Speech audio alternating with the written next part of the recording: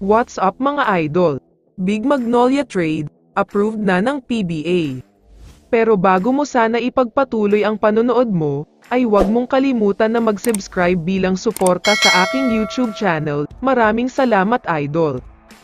Isang update lang muna tungkol sa rain or shine, dahil nag-announce si Coach Yeng Guiao na wala na daw silang ibang players na papakawalan. Huling beses na daw ang trade na ginawa nila para kay Rain ng Bata.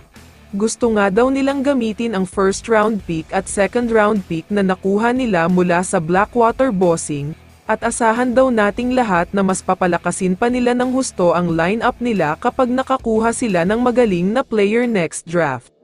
Samantala, lumipat naman tayo sa balita tungkol sa Magnolia, dahil mas lalong kumalat ang balita tungkol sa pag-trade nila sa kanilang superstar na si Calvin Abueva, dahil ayaw na daw talaga ng Magnolia sa kanya.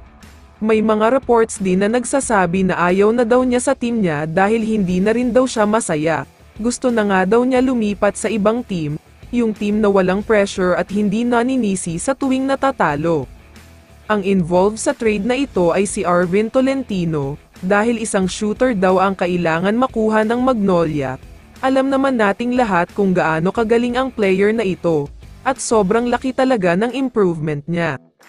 Para sa kaalaman ng lahat ay siya ang number 3 sa Best Player of the Conference candidate. Kung umabot lang sana ang Northport sa finals noong Commissioner's Cup ay baka siya pa ang nanalo at hindi si CJ Perez.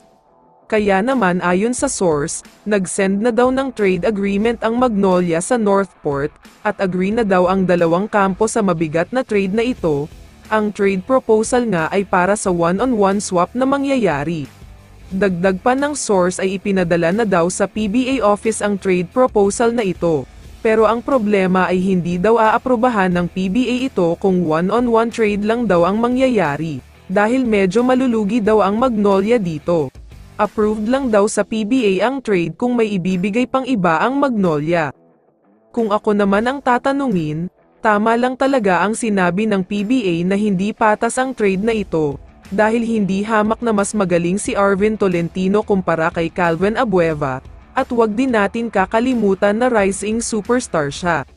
Sa nakikita ko nga ay siya na ang franchise player ng Northport, kaya naman believe ako sa PBA dahil hindi nila inaprubahan agad ito, dahil hindi talaga patas kung nagkataon, sobrang malulugi ang Northport sa trade na ito.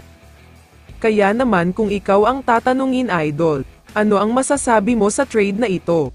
I-comment mo naman ang sagot mo sa tanong na ito. So dito na nagtatapos ang video na ito. Maraming salamat sa pagsuporta at panonood mga idol. Ingat at bye-bye.